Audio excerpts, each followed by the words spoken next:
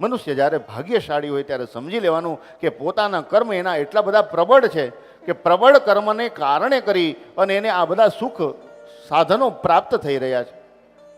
જ્યારે સુખ જીવનની અંદરથી વયું જાય ત્યારે સમજવાનું કે પ્રારબ્ધ અને પુરુષાર્થ એની પણ ઉપર એક પુણ્ય છે. એ પુણ્ય આપણે કરવાનો પ્રારંભ કરવો પડશે. કેમ કે સુખ અને દુઃખની જો નાનમ નાની વ્યાખ્યા કરીએ તો સુકૃતાની કર્માણી ખાદતીથી સુખમ.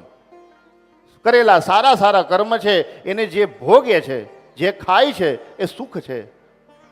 અને દુઃખ એ છે દુષ્કૃતાની કર્માણી ખાદતી ઇતિ દુઃખમ. આપણા દ્વારા કરેલા જે દુષ્કર્મ છે એનું જે આપણને પરિણામ મળે છે, પરિણામે આપણને દુઃખ પ્રાપ્ત થાય છે, એ દુઃખ છે. સુખ જ્યાં સુધી છે ત્યાં સુધી આપણા પુણ્ય સારા છે.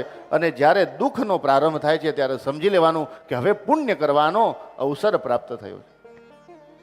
કરેલા કર્મ છે એ કરેલા કર્મ મનુષ્યએ ભોગવવા પડે છે. અને મનુષ્ય દરેક કર્મ ભોગવી અને અંતે એ પોતે પોતાના મોક્ષનું એટલે કે ગતિનું એ કારણ ગોતતો હોય છે.